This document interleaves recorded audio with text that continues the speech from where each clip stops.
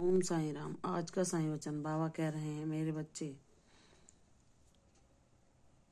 मैं जानता हूँ जो परिस्थिति तेरे जीवन में चल रही है, तू बहुत कोशिश कर रहा है उससे बाहर निकलने की। तेरे प्रयासों को भी मैं देख रहा हूँ, लेकिन हमारे जीवन में जो कुछ भी होता है उसमें ईश्वर की मर्जी होती है। इसे जैसी परिस्थिति आए उसे जीवन में उसे प्रसन्नतापूर्वक स्वीकार करो, उसी को अपने लिए हितकर मानो और ईश्वर की लीला में ही प्रसन्न रहो। बाबा कहते हैं, मैं जानता हूँ तुम अपने मन को शांत और प्रसन्न रखना चाहते हो, लेकिन तुम्हारे आसपास जो नकारात्मक लोग हैं, अगर तुम उनसे किसी प्रकार की कोई भी वार्ता करते हो, कोई भी किसी भी चीज़ के बारे में पूछते हो या बातें करते हो, तो उसके उत्तर स्वरूप वह तुम्हें नकारात्मकता ही प्रदान करते हैं। वह तुम्हें दुखी देने का प्रयास करते हैं, चाहे तुम उन्हें कितना भी सुख और उनके बारे में कितना भी अच्छा क्यों ना सोचो, लेकिन वह वही करते हैं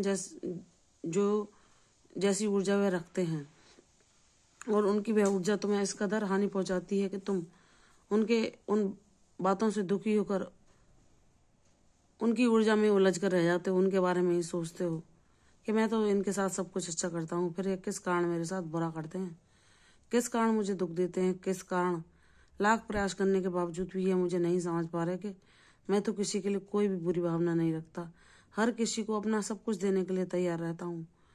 लेकिन इनके अंदर ये ईर्ष्या, द्वेष, मेरा तेरा यह भाव क्यों उत्पन्न होते हैं? तो मेरे बच्चे, उन्होंने वही सीखा है, वही उनका स्वभाव है, कपट, चालाकी, चतुराई वही उन्होंने जीवन भर की है। तो वह कैसे अपने चरित्र को बदल सकते हैं? चाहे वह कितना भी दावा क्यों ना कर लें ज्ञानी होने का या ग्रंथों को पढ़ने का, अगर जब तक ईश्वर की कृपा नहीं होती, वह ग्रंथ रटने मात्र से कुछ नहीं होता जब तक कि वह आचरण में ना उतरें। और मेरे बच्चे, जिसको मैं थाम लेता हूँ, जिसका गुरु मैं बन जाता हूँ, उसको अगर मैं कुछ भी सिखाता हूँ तो वह उसके चरित्र में उतरवाना चाहता हूँ, ना कि वह उन्हें सुनाए और उनसे दूर रहे। ऐसा मैं कभी नहीं चाहता। तुम्हें वैसा बनना है जैसा मैं चाहता हूँ। तुम मेरे बच्चे हो, इसीलिए तुम इन लोगों से अलग हो। तुम्हें चतुराई नहीं आती, चालाकी नहीं आती, तुम स्वार्थवश किसी का कुछ काम नहीं करते कि मेरा इसमें ये स्वार्थ सिद्ध होगा। तुम निष्काम भाव से सबकी सेवा करते हो, सबके लिए प्रेम रखते हो, सबको सब कुछ देना चाहते हो, चाहे तुम्हारे लिए वह चीज़ हो कि ना हो। दूसरों की प्रसन्नता तुम्हें बहुत सुख देती है, लेकिन मेरे बच्चे, ऐसे लोगों से दूर रहो जो तुम्हें अपनी बातों से दुख देते हो और फिर तुम अपना बहुमूल्य समय उन्हीं के विचारों में, उन्हीं की नकारात्मक ऊर्जा में बिता देते हो कि ये मेरे साथ ऐसा क्यों करते हैं।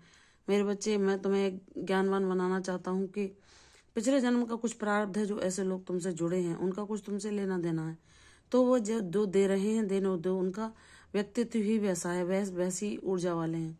भले ही वह दिखावा कुछ भी करें, लेकिन वह कैसे हैं यह तुम जान चुके हो। तो उन्हें उनके हाल पर छोड़ दो। तुम उनके बारे में चिंतन ना करो और उनकी ऊर्जा से बचने का, उनके बारे में ना सोचने का और अपने मन को दुखी और निराश ना करने के लिए तुम्हें मैं उपाय बताता हूँ कि ऐसे लोगों से जितना संभव हो सके दूरी बनाओ। सिर्फ उतनी ही बात करो जो आवश्यक है। जैसे कुछ कर्तव्य कर्मों को करने के लिए तुम्हें उनसे पूछना है, तो बस सिर्फ उतना ही पूछो। उनसे किसी विषय में ना परामर्श लो, ना उनसे कुछ अपेक्षा करो कि वह तुम्हें कुछ देंगे। जो कुछ तुम मांगना चाहते हो मुझसे मांगो, तुम्हारा बाबा तुम्हें बिन मांगे ही तुम्हारी सारी मुरादों को पूरी करेगा। ऐसे लोग तुम्हें अपनी नकारात्मक ऊर्जा देकर तुम्हारे मन को उन्हीं में उलझा कर रख देते हैं, ताकि तुम बहुत लंबे समय तक उन्हीं के बारे में सोच के अपने मन की शांति को भंग कर लो और व्याकुलता को पाओ। तो मेरे बच्चे, ऐसा ना करो। ऐसे लोगों से अपनी ऊर्जा को संचय करने के लिए दूरी बनाओ। उनसे किसी भी विषय में कोई परामर्श ना करो। जो कुछ करना है तुम अपने बाबा से करो, उनसे पुकार लगाओ, उनसे हर बात साझा करो। ऐसे लोगों की बातें तुम्हें कभी भी प्रसन्नता या शांति नहीं प्रदान कर सकती, वह सिर्फ दुख ही देंगी, क्योंकि जो उनके पास है वही तो देंगे। इसलिए मेरे बच्चे, तुम अपने मार्ग पर चलते रहो, किसी की ओर ध्यान न देकर अपने सत्कर्मों को करते रहो। मैं सब कुछ देख रहा हूँ। तुम अगर किसी को भी चाहे वे तुमसे कितना भी बैर क्यों न रखता हो, अगर प्रसन्नता प्रदान करते हो या उनके लिए कुछ करते हो तो वह तुम्हारी सेवा मुझ तक पहुंच जाती है और बाबा प्रसन्न होते हैं। इसलिए मेरे बच्चे, तुम्हें उन जैसा नहीं बनना, तुम जैसे हो वैसे ही रहो। तुमने सदैव सबको दिया है, ऐसे ही बने रहो। तुम सदैव सबके लिए दया और करुणा ही हृदय में रखो, चाहे कोई कैसा भी हो उसे जाने दो। तुम्हें ऐसा नहीं बनना, तुम्हें मेरा प्यारा पवित्र भोला बच्चा ही बने रहना है।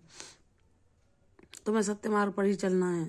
तुम्हें अच्छाई को ही ग्रहण करना है, सबके लिए अच्छा करना है, कोई तुम्हारे लिए करे या ना करे, क्योंकि तुम्हारे जीवन में जो करेंगे वह तुम्हारे बाबा करेंगे। और जब तुम निश्चिंत हो जाओगे तो तुम्हें किसी से ना कुछ कहने की ना सुनने की जरूरत पड़ेगी। जो कहोगे तुम बाबा से कहोगे और बाबा से ही तुम हर चीज की उम्मीद लगाओगे। मेरे बच्चे, जब तुम्हारे सारे भाव सिर्फ बाबा तक ही सिमट जाएंगे, तब तुम्हें उस आनंद और उस अपरिमित सुख की प्राप्ति होगी जिसका वर्णन शब्दों से हो नहीं सकता। तुम्हारी सारी दुनिया बाबा के इर्द गिर्द ही समा जाएगी और तुम हर चीज में सिर्फ बाबा को ही देखोगे, उनको ही अपनी दुनिया बना लोगे। उसके अलावा तुम्हारा किसी से वार्ता में और इन सांसारिक माया में मन नहीं उलझेगा। इसलिए मेरे बच्चे, अधिक से अधिक समय नाम जाप करो, मेरी लीलाओं को सुनो, मेरा गुणगान करो, ध्यान लगाओ, ताकि तुम ऐसी प्रसंगों से बच सको।